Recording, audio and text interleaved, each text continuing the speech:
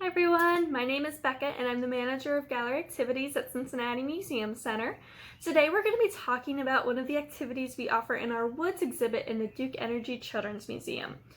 When you think of treasure hunts, you might think of pirates or even Nicolas Cage, and there are modern versions where people are actually looking.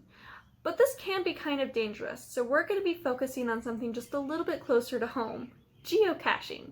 If you haven't heard of geocaching before, let's break it down. Geo refers to the earth. A cache is a collection of hidden items. These items, often toys, are stored in waterproof containers above ground, and their locations are registered on websites or apps like geocaching.com. When you decide which cache you want to go look for, you'll research the coordinates and then either use your map or a GPS to go find it. This activity is designed for participants of all ages. You get to exercise your body and mind and enjoy the outdoors. You get to practice your navigation skills and learn more about the world around you. And you might even discover some new places and familiar areas. I wanted to go find a geocache, partially so that those who aren't familiar with it could see what one looks like, but I also just wanted to see if I could do it. And I am proud to say that I found my first geocache. This one has been hidden since 2010. Like all geocaches, it was hidden above ground, and some are camouflaged. This one was hidden in plain sight. Inside of it there was this log so that people who found it before you can write their name, and then also a little congratulatory note. The difficulty level for it was set on easy, and its size category is micro. In a lot of geocaches, there's prizes, like small toys, and I'm not going to take anything from this one, but if I did, it would be courtesy for me to replace it with something of my own of equal value. Once I was done, I put the geocache back exactly where I found it for our next friends who were looking, and I logged into the app to let the owner know that I had a blast finding it. I can definitely say that it's a thrill when you do. And as I walk back to my car, I'm going to participate in another add-on called Cash In, Trash Out, which means I pick up trash I find along the way. And this leaves the area better than what I found it in. This activity is so much fun, but as always, safety comes first. Make sure that you have a guardian with you and that you don't go exploring alone.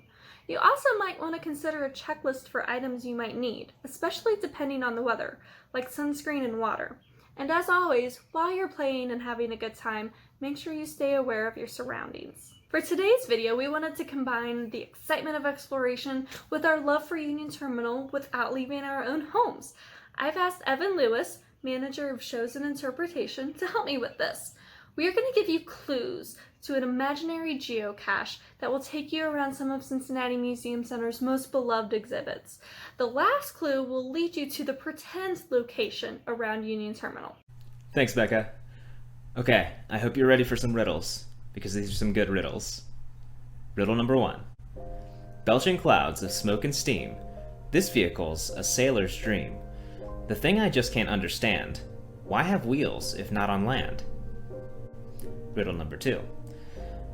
Deep beneath the earth we go, through caverns made by water's flow, past sightless fish and rock formations that are sure to stoke imaginations.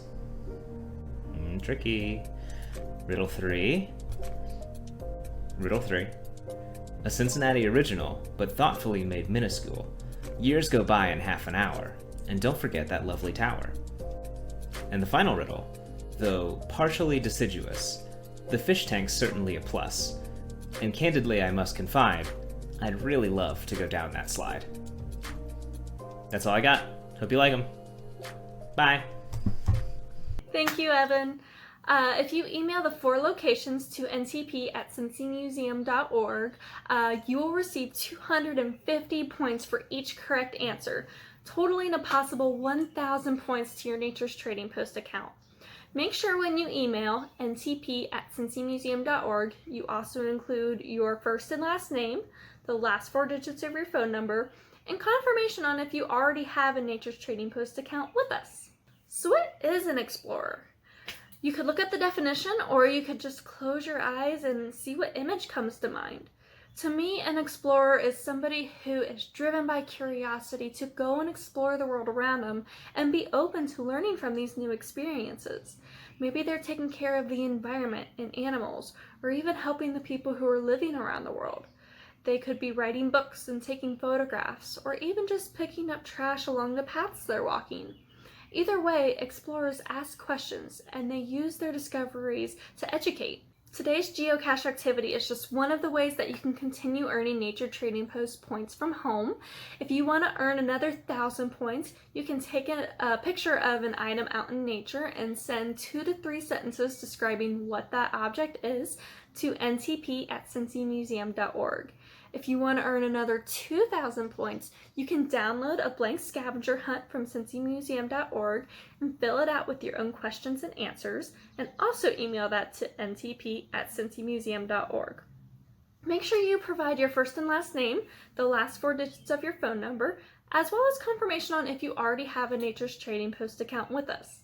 For more activities like this, I hope you will continue following us on social media and at cincymuseum.org. My team and I look forward to seeing you when Cincinnati Museum Center reopens. We are a nonprofit and we do rely on ticket sales in order to operate, which unfortunately isn't possible right now.